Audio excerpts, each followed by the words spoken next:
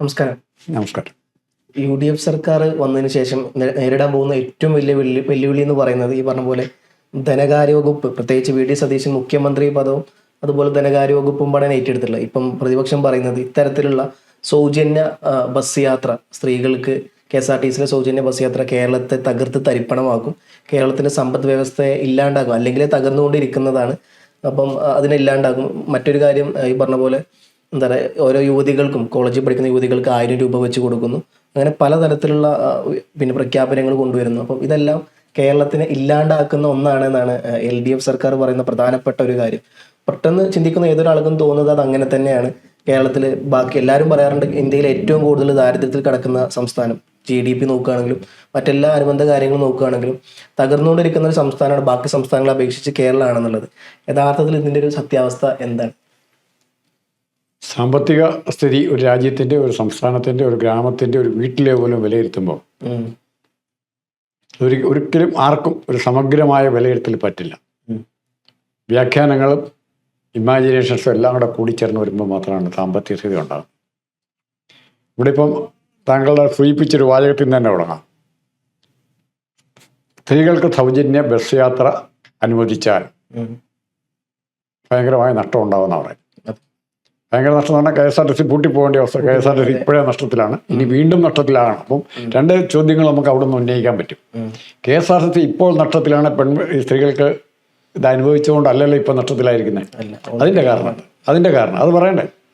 ഇന്ന കാരണത്താലാണ് KSRTC ഇപ്പം നഷ്ടത്തിൽ നിന്നും അതിൽ നിന്ന് കരകയറാൻ ഇതുവരെ പറ്റിയിട്ടില്ല. അത് എന്തുകൊണ്ടാണെന്ന് പറയണം. അപ്പോൾ പിന്നെ രണ്ടാമത്തെ ചോദ്യം എന്ന് പറയുന്നത് സ്ത്രീകൾക്ക് കൊടുക്കുന്ന നഷ്ടം എന്ന് പറയുന്നുണ്ട്. അപ്പോൾ നമ്മൾ ഏറ്റവും പ്രസ്റ്റീജിയസ് പ്രോജക്റ്റായിട്ട് കേരളത്തിൻ്റെ ഡെവലപ്മെൻറ്റ് ഹിസ്റ്ററിയിലെ ഗതാഗത രംഗത്തെ ഏറ്റവും പ്രസ്റ്റീജിയസ് പ്രോഡക്റ്റായിട്ട് നമ്മൾ സാധനം മെട്രോയാണ്, കൊച്ചിൻ മെട്രോയാണ്. അതിൻ്റെ നഷ്ടം എത്രയാണ്? അത് കോടിക്കണക്കിന് എല്ലാ വർഷവും നഷ്ടം ഉണ്ടാക്കിക്കൊണ്ടിരിക്കുക. ആ നഷ്ടത്തെക്കുറിച്ച് നമുക്ക് ബോധർ ചെയ്യണ്ടേ? അതോ KSRTCയുടെ നഷ്ടത്തെക്കുറിച്ച് മാത്രം ബോധർ ചെയ്യാൻ മതി? ഇവിടെ നമ്മുടെ കാഴ്ചപ്പാടിൻ്റെ പ്രശ്നമാണ്.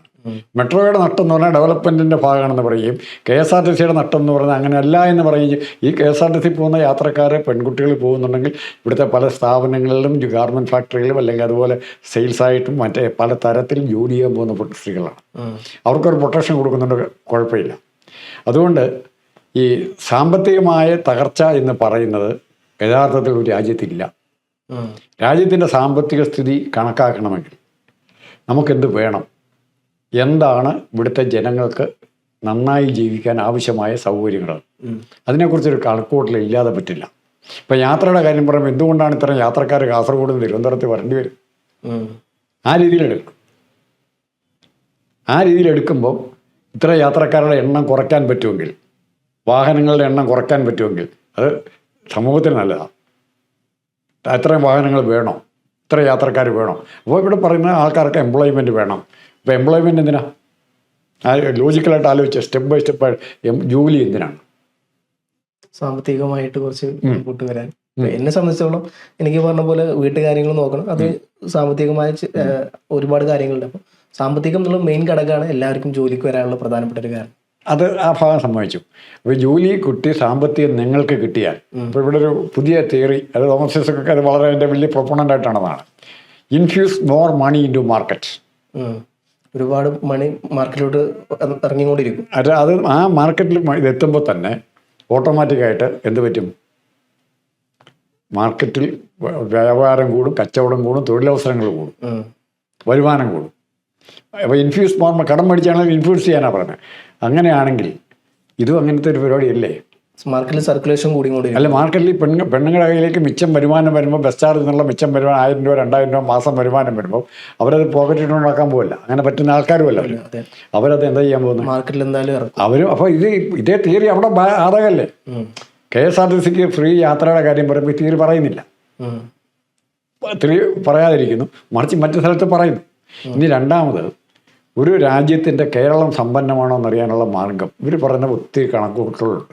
ഇപ്പം മാനുഫാക്ചറിങ് ഇൻഡെക്സ് എന്ന് പറഞ്ഞ സാധനം പറയും. മാനുഫാക്ചറിങ് ഇൻഡെക്സ് എന്ന് പറഞ്ഞാൽ അവിടുത്തെ ഉൽപ്പാദന മേഖലയിൽ നിന്ന് കിട്ടുന്ന വരുമാനം. കേരളത്തിന് ഏത് മേഖലയിൽ നിന്നാണ് വരുമാനം കിട്ടിയിരിക്കുന്നത്? ഉൽപ്പാദന മേഖല ഏതാണ് കേരളത്തിനുള്ളത്? ഇന്ത്യ മൊത്തത്തിലെടുത്താൽ ഏറെക്കുറെ അങ്ങനെ തന്നെയാണ്. ഉൽപ്പാദന മേഖലയിൽ നിന്നുള്ള വരുമാനം താരതമ്യേന കുറവാണ്. കുറവാണ്. നമുക്ക് കിട്ടുന്ന സർവീസ് സെക്ടറിൽ നിന്ന്, സർവീസ് സെക്ടറിൽ നിന്ന് ടൂറിസമാണ് അതിൽ ഏറ്റവും പ്രധാനപ്പെട്ട ഘടകം. അവിടെയും കണക്ക് പകുതിയേ വരുന്നുള്ളൂ.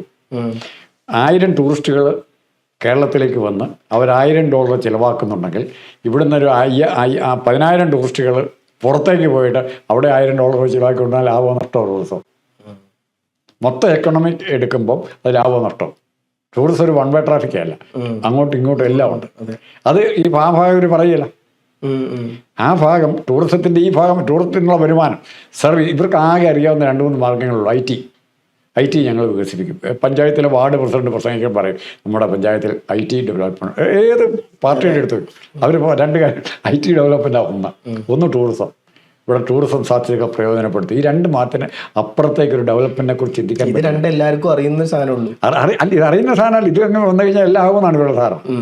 ഇത് വന്നു കഴിഞ്ഞാൽ എല്ലാം ആകുമെന്നാണ് ധാരണ. പക്ഷെ അങ്ങനെ ആകുമോ? ഒന്ന്, തൊഴിൽ അവസരം കൊടുക്കണമെങ്കിൽ പല മാർഗ്ഗങ്ങളുണ്ട്. രാജ്യം സമ്പന്നമാണെങ്കിൽ തൊഴിൽ അവസരങ്ങൾ കൊടുക്കാൻ പല മാർഗ്ഗങ്ങളുണ്ട്. ഇപ്പോഴത്തെ വർക്കിംഗ് അവേഴ്സ് 8 മണിക്കൂർ എന്നുള്ള 6 മണിക്കൂറായിട്ട് കുറച്ചാൽ മതി. അപ്പോൾ എക്സ്ട്രാ 2 മണിക്കൂറിന് വീണ്ടും ആളെടുക്കത്തില്ലേ? തൊഴിലവസരങ്ങൾ ഇവിടെ പ്രൊഡക്റ്റീവായിട്ടുള്ള പർപ്പസിന് നമ്മുടെ തൊഴിലവസരങ്ങൾ വിനിയോഗിക്കാൻ പറ്റുക. ഇവിടെ ഏറ്റവും നല്ല സെക്ടറായിട്ട് വന്നിരിക്കുന്ന ഹെൽത്ത് സെക്ടറാണ്.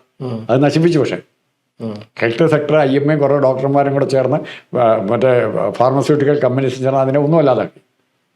അപ്പോൾ ആ ഹെൽത്ത് സെക്ടർ പരിപോഷിപ്പിച്ചാൽ തന്നെ ഇവിടെ ഇഷ്ടംപോലെ വരുമാനമാകും, ജോലിയാകും, ജനങ്ങളുടെ ആരോഗ്യവും. പിന്നെ വിദ്യാഭ്യാസ മേഖല ഗൗരവത്തോടെ എടുത്തില്ല വിദ്യാഭ്യാസ മേഖല. ഇപ്പം കേരളത്തിൽ നിന്നും അറിയപ്പെടുന്ന ഒരു സയൻറ്റിസ്റ്റിൻ്റെ പേര്, കേരളത്തിൻ്റെ വിദ്യാഭ്യാസ മേഖല ഏറ്റവും മെച്ചപ്പെട്ട ഇൻവെസ്റ്റ്മെൻ്റ് എന്ന് പറയുന്നുണ്ട്. സാറന്മാർക്ക് ഭയങ്കര ശമ്പളം, എല്ലാം ഉണ്ട് ശമ്പളം.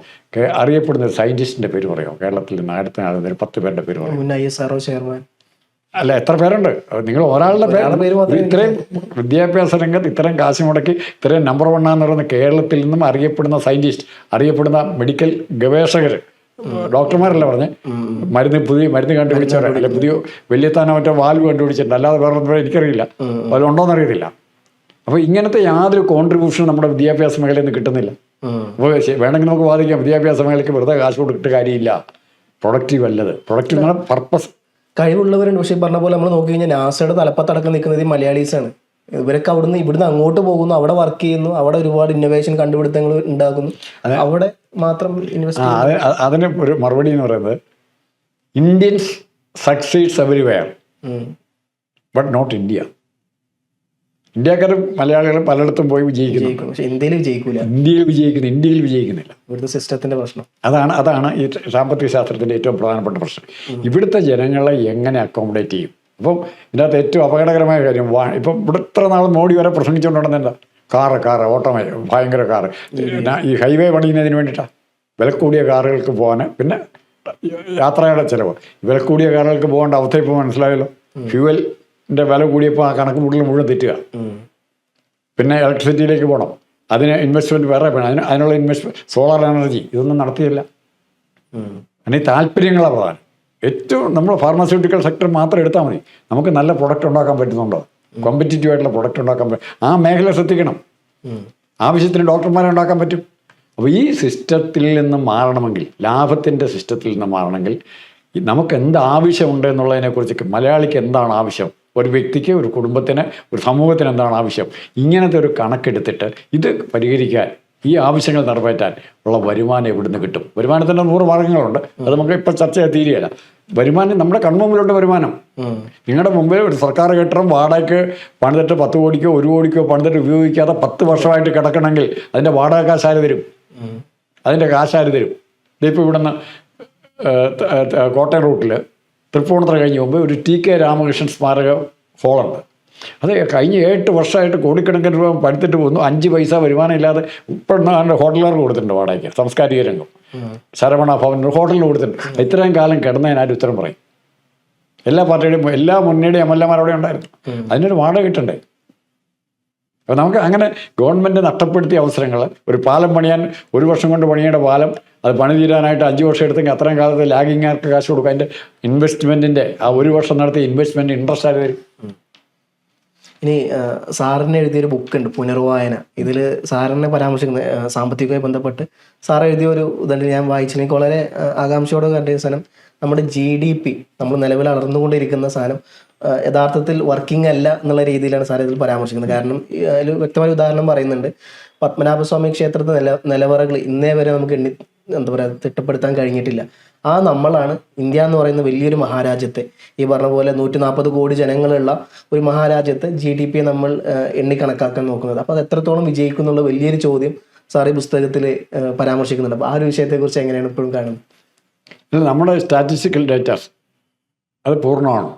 അത് എൻ്റെ ചോദ്യം എവിടെയാണ്, അത് സംശയാസ്പദമാണ്. ഇപ്പോൾ GDP പറ്റി പറയുമ്പോൾ ഉദാഹരണത്തിന് നമ്മുടെ മൊത്തമുള്ള ഉൽപ്പാദനത്തിൽ നിന്ന് കിട്ടുന്ന വരുമാനം അത് എവിടെയൊക്കെ കിട്ടുന്നു. ഇപ്പോൾ അതുപോലെ തന്നെ നാഷണൽ അസറ്റ് കൂടെ കാണുന്നു. GDP മാത്രം പോരാ, നാഷണൽ അസറ്റ് എന്ന് പറയുന്നത് എന്തുമാത്രമുണ്ട്.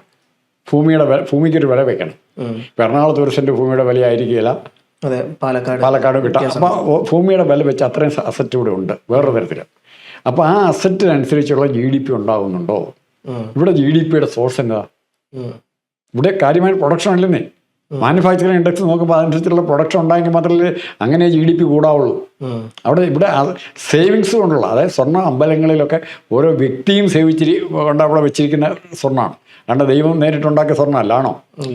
ആ ഒരു വിശ്വാസത്തെ മാർക്കറ്റ് ചെയ്ത് കൊമേഴ്ഷ്യലൈസ് ചെയ്ത് സ്വർണത്തിൻ്റെ രൂപത്തിലാക്കി അവിടെ വെച്ചിരിക്കുകയാണ്. ദൈവത്തിൻ്റെ പേരിലാണ് വെച്ചിരിക്കണമെന്ന് മാത്രമേ ഉള്ളൂ. അതിൻ്റെ ഒരു കണക്ക് വേണ്ടതാണ്. നമ്മുടെ കയ്യിൽ ഇത്രയും ഉണ്ട്, ഒരു എമർജൻസി വന്നാൽ ഇത്രയും ഉണ്ട്. ഇപ്പോൾ ഇവിടെ അതിനൊരു കുറേ കൂടെ നല്ല ഉദാഹരണം പറയാം, എങ്ങനെ ഉപയോഗപ്പെടുത്തുന്നുള്ളതിൻ്റെ ഉദാഹരണം. ഈ ബ്രിട്ടീഷുകാരുടെ കാലത്താണ് ഈ റെയിൽവേ ലൈൻ വരുന്നത്, കൊച്ചിയിലേക്ക് വരുന്നില്ല, തൃശ്ശൂർ വരെ റെയിൽവേ ലൈനുള്ളൂ, കൊച്ചിയിലേക്ക് ഇല്ല. അപ്പം ഷൊർണൂർ വരെ വന്നിട്ട് നിന്ന് പോവാണ്. അപ്പോൾ അവിടുന്ന് അത് കൊച്ചിയിലേക്ക് നീട്ടണം, കാശില്ല. കാശ് തികയാതെ വന്നപ്പോൾ ചെയ്തത് എന്താ? കാശ് തികയാതെ വന്നപ്പം ഇവിടെ തൃപ്പൂണിത്തുറയിലെ പൂർണ്ണത്തിരേ ക്ഷേത്രത്തിൻ്റെ സ്വർണം വിറ്റാണ് കൊച്ചി രാജാവ് കാശ് കൊടുത്തത്. അതായത് അദ്ദേഹം അന്ന് റെയിൽവേ ട്രാക്ക് അങ്ങനെയാണ് കൊച്ചിയിലേക്ക് ട്രെയിൻ നീണ്ടത്. അപ്പോൾ ഇതൊരു പഴയ ചരിത്രം, പഴയ ആൾക്കാരുടെ ഭാവനയാണ് പറയുന്നത്. ഇന്ന് അതിൻ്റെ 4 വാചകടിക്കാനല്ലാതെ ഒന്നിനും കൊള്ളാത്ത സ്വരാജിനെ പോലുള്ളവരാണ് നമ്മുടെ പ്ലാനിങ്ങിനെ പറ്റി പറയുന്നത്. വാചകടി മാത്രമുണ്ട്, കുറേ പുസ്തകം വായിക്കും, പിടിക്കും, പറയും, ഇത്രയേ ഉള്ളൂ. അവരാണ് നമ്മുടെ പ്ലാനിങ്ങിനെ തീരുമാനിക്കുന്നത്. പ്ലാനിങ് ചർച്ചകൾക്ക് വരുന്ന ആർക്കാ വരുന്നത്? ഇവർക്ക് എന്ത് ഇപ്പം നമ്മുടെ എക്സ്പേർട്സ് എന്ന് പറയുന്നവർക്ക് എന്ത് കോൺട്രിബ്യൂഷൻ നൽകാൻ പറ്റിയിട്ടുണ്ട്? അത് വിശദമായിട്ട് പറയേണ്ടതാണ്. നിങ്ങൾ ചോദിച്ച പോലെ ഞാൻ എഴുതിയ ഇതിൻ്റെ കാര്യത്തിൽ ഇപ്പോൾ DDP പറയാൻ പറ്റാത്ത പോലെ ഇപ്പം ഉദാഹരണം പറയാം. ഈ നമ്മുടെ ഈ ഭാഗത്തും ബ്ലാക്ക് സ്മിത്ത്, കൊല്ലൻ, ജാതി തിരിച്ചു പറഞ്ഞാൽ കൊല്ലൻ, ഇവരുണ്ടാക്കുന്ന പ്രൊഡക്റ്റ് എന്തുമാത്രം ഉണ്ടെന്നറിയാമോ? സാധാരണ റൂറൽ ഇന്ത്യയിൽ തൂമ്പായോ വാക്കത്തി മറ്റു സാധനങ്ങളെല്ലാം ഉണ്ടാക്കുന്നവരുണ്ട്. അതൊക്കെ GDP വരണം, മാനുഫാക്ചറിങ് വരുന്നുണ്ടോ? എന്തേ വരാം? അതെടുത്ത് കണക്കെടുത്തിട്ടുണ്ടോ ആരെങ്കിലും? നമ്മുടെ നാട്ടിൽ എത്ര കൊല്ലന്മാരുണ്ട്, അവരുണ്ടാക്കുന്ന തുമ്പ എത്ര രൂപ സാധനങ്ങൾ അവരുണ്ടാക്കുന്നു, എവിടെയെങ്കിലും പറഞ്ഞു. ഇത് ബ്രിട്ടീഷുകാരുണ്ടാക്കി കൊടുത്താൽ 10 ലക്ഷം ജനങ്ങളുള്ള നോർവേയിലെയും ഡെൻമാർക്കിലെയും കാര്യങ്ങൾ വെച്ചുകൊണ്ടാണ് നമ്മൾ ഇവിടെ പ്ലാൻ ചെയ്യുന്നത്. അവിടുത്തെ സാധനങ്ങൾ വെച്ചിട്ടാണ് ഇവിടെയും മെഷർമെൻറ്റ് നടത്തിക്കൊണ്ടിരിക്കുന്നത്. ഒരു ചെറിയ കുസൃതി ചോദ്യം കൂടെ ചോദിച്ചിട്ട് നമ്മളെ കേൾക്കുന്ന ആർക്കെങ്കിലും അതിൻ്റെ മറുപടി ഒന്ന് നമുക്കൂടെ, എനിക്കറിയത്തില്ല, നമുക്കൂടെ താങ്കൾക്കറിയാമെങ്കിൽ താങ്കൾ പറഞ്ഞാൽ നന്നായിരിക്കും. ഒറ്റ കാര്യം ചോദിക്കാം. ആ മറുപടി എന്ന് പറയുന്നത് 10,000 രൂപ താങ്കൾക്ക് ഗവൺമെൻറ് ഓഫ് കേരളയോ ഗവൺമെൻറ് ഓഫ് ഇന്ത്യയോ താങ്കൾക്ക് ഏതെങ്കിലും തരത്തിൽ മാസം തോറും വരുമാനമായിട്ട് തരും. 10,000 രൂപ തന്നുകൊണ്ടിരിക്കുകയാണ്. ഈ 10,000-ൽ നിന്നും എത്ര രൂപ തിരിച്ചു താൻ സർക്കാരിന് കൊടുക്കുന്നുണ്ട്? കണക്കുണ്ടോ? നിങ്ങൾ കൊടുക്കുന്നുണ്ട്? കണക്കുണ്ടോ? ഒരു കുസൃതി ചോദ്യമാണ്. എത്ര രൂപ തിരിച്ചു കൊടുക്കുന്നുണ്ട്? ഇപ്പോൾ സർക്കാർ മുടക്കുന്നുണ്ടോ എന്ന് അറിയാൻ പറ്റും. വെറും റിവോൾവിങ് ഒന്ന് പറയാം, ഒന്ന് കണക്ക് ആലോചിക്കാൻ പറ്റും. എത്ര രൂപ നമ്മൾ തിരിച്ചങ്ങോട്ട് നമ്മൾ 10,000 രൂപയായിട്ട് 10,000 രൂപ വീട്ടിൽ കെട്ടി എണ്ണി വെച്ചോണ്ടിരിക്കുകയല്ലേ ചെയ്യുന്നത്. 10,000 രൂപ ചിലവാക്കാൻ പോവാണ്. അതിനകത്ത് 1000 രൂപ ചിലവാക്കുമ്പോൾ 2 ചായ കുടിച്ചപ്പോൾ അവിടെ ടാക്സ് വരുന്നുണ്ട്, പല ഘട്ടത്തിൽ ടാക്സ് വരുന്നുണ്ട്. ഹോട്ടലുകാരനും നമ്മൾ കൊടുക്കുന്ന പൈസ അവിടെ വെറുതെ വെച്ചോണ്ടിരിക്കുകയല്ലേ. അവൻ്റെ പിറ്റേ ദിവസം സാധനം മേടിക്കണം, അവൻ്റെ ജോലിക്കാർക്ക് ശമ്പളം കൊടുക്കണം. അവിടുന്ന് ഓരോ എൻഡിലും ഇതിന് ടാക്സ് കിട്ടിക്കൊണ്ടിരിക്കുക. എത്ര നാൾ കിട്ടുമെന്ന് പോലും അറിയത്തില്ല. ആ പൈസ ഇങ്ങനെ സർക്കുലേറ്റ് ചെയ്ത് പോകുന്ന ഓരോ എൻഡിലും ഓരോ 10 രൂപയിൽ നിന്നും ഓരോ 100 രൂപയിൽ നിന്നും ഓരോ 500 രൂപയിൽ നിന്നും സർക്കാരിലേക്ക് വരുമാനം കിട്ടിക്കൊണ്ടിരിക്കുകയാണ്. അപ്പോൾ എത്ര കിട്ടുന്ന കണക്കുണ്ടോ? അങ്ങോട്ട് സാലറി കൊടുത്തു, എസ്റ്റാബ്ലിഷ്മെൻ്റായി, മറ്റേതായി പാലം പണിയാൻ കാശായി, തിയേറ്റർ പണിയാൻ കാശായി, സാംസ്കാരിക രംഗത്തേക്ക് ഇത്ര രൂപ മുടക്കി എന്നുള്ള കണക്കുകൾ ഇങ്ങോട്ട് പറയും. എത്ര തിരിച്ചു കൂട്ടുന്നവർ പറയുന്നുണ്ടോ? രണ്ടും കൂടെ വരുമ്പോഴല്ലേ ടാലി ആവുള്ളൂ. അതും പറയുന്നില്ല. അത് പറയുന്ന ഒരു സംവിധാനത്തിലേക്ക് മാറാൻ സാധിച്ചു ആർക്കെങ്കിലും, നമ്മളെ ശ്രമിക്കുന്ന ആർക്കെങ്കിലും ഇത് ഒരു കൃത്യമായ മറുപടി നമ്മളെ അറിയിച്ചു കഴിഞ്ഞാൽ വളരെ സന്തോഷം. ഇത് ഒത്തിരി പേരോട് ചോദിച്ചിട്ട് മറുപടി കിട്ടാത്തൊരു ചോദ്യമാണ്.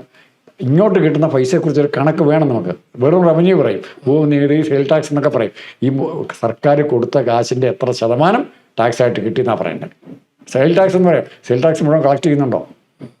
ഇന്ന് കേരളത്തിൽ 1 ലക്ഷം കല്യാണം നടക്കുന്നുണ്ടെങ്കിൽ ആ കല്യാണത്തിന് മാത്രം എടുത്താൽ മതി എത്ര രൂപ? അല്ല വേണ്ട, സ്കൂൾ തുറക്കുന്നു, എല്ലാ കുട്ടികളും ഒരു ജോഡി ചെരുപ്പും ഒരു ജോഡി യൂണിഫോമും ഒരു കുടയെങ്കിലും മേടിച്ചിരിക്കും.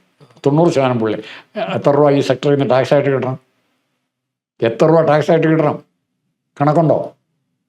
എത്ര ലക്ഷം വിദ്യാർത്ഥികൾ വരുന്നു പുതുതായിട്ട് എന്തെല്ലാം മേടിക്കുന്നു പിള്ളേർക്ക് വേണ്ടി മാത്രം. ഈ മേഖലയിൽ നിന്ന് എത്ര രൂപ കിട്ടണം? കല്യാണം സ്വർണത്തിൻ്റെ മേഖലയിൽ നിന്ന് കിട്ടണ്ടേ? സാരിയും ഡ്രസ്സും മേടിക്കുന്ന മേഖലയിൽ നിന്ന് കിട്ടണ്ടേ? അതനുസരിച്ച് ടാക്സ് കിട്ടുന്നുണ്ടോ? അപ്പോൾ അറിയാൻ പറ്റും 10,000 രൂപ ടാക്സ് കിട്ടുന്നിടത്ത് 1000 രൂപ പോലും കിട്ടുന്നില്ല. 1000 രൂപ പോലും കിട്ടുന്നില്ല എന്നുള്ളതല്ല, കസ്റ്റമറുടെ കയ്യിൽ നിന്ന് മേടിക്കുന്നുണ്ട്, അത് കളക്ട് ചെയ്യുന്നില്ല. അത് കളക്ട് ചെയ്യാത്തതിൻ്റെ ഉത്തരവാദിത്തം ആർക്കാ? സർക്കാരിനാണ്. ആ കിട്ടേണ്ട വരുമാനം ടാക്സ് കുറച്ചോട്ടെ, മാക്സിമം കുറച്ചോട്ടെ, കിട്ടേണ്ട വരുമാനം സർക്കാരിൽ എത്തിച്ചാൽ ഇവിടെ ആവശ്യത്തിന് പൈസയുണ്ട്. അത് എത്തിക്കാനുള്ള ഇച്ഛാശക്തിയുള്ളൊരു ഗവൺമെൻറ് ഉണ്ടായ പ്രശ്നങ്ങൾക്ക് പരിഹാരം എന്നാണ് എൻ്റെ വിലയിരുത്തൽ.